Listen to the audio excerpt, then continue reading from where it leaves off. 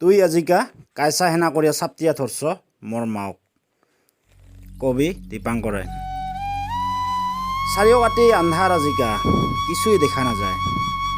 বেলাটাও নাই ওলায়, জোনাক তাক্ক দেখাই নাযায়। তাৰা গিলাঙেৰ কথা বাদ দিলেও বাকী মানসি গিলাং কুটি গেল আজিকা চাৱা গিলাং। কুটি গেল মাওৰ পাতানি কাপোৰ খান। কন্দলাৰ কেঁচুৱা চাৱাটাক কাই নীল ধৰিয়া। কাই পাবা চাই এতমনা ৰাজভোগ কাই পাবা চাই এতমনা ৰাজভোগ কাই। আস্তে আস্তে মানসিয়ে নোহোৱা হবা লাগছে জাগাৰ বাৰী। জাগাৰ মানসি গিলাং কুটি গেল আজিকা। কুটি গেল ডাঙৰ ডাঙৰ নেতা গিলাং। কুটি গেল মাক উধাং কৰা পশু গিলাং। কুটি লুকিয়া থাকিল উমিৰা। কুটি গেল মাক উধাং কৰা পশু গিলাং। কুটি লুকিয়া থাকিল উমিৰা।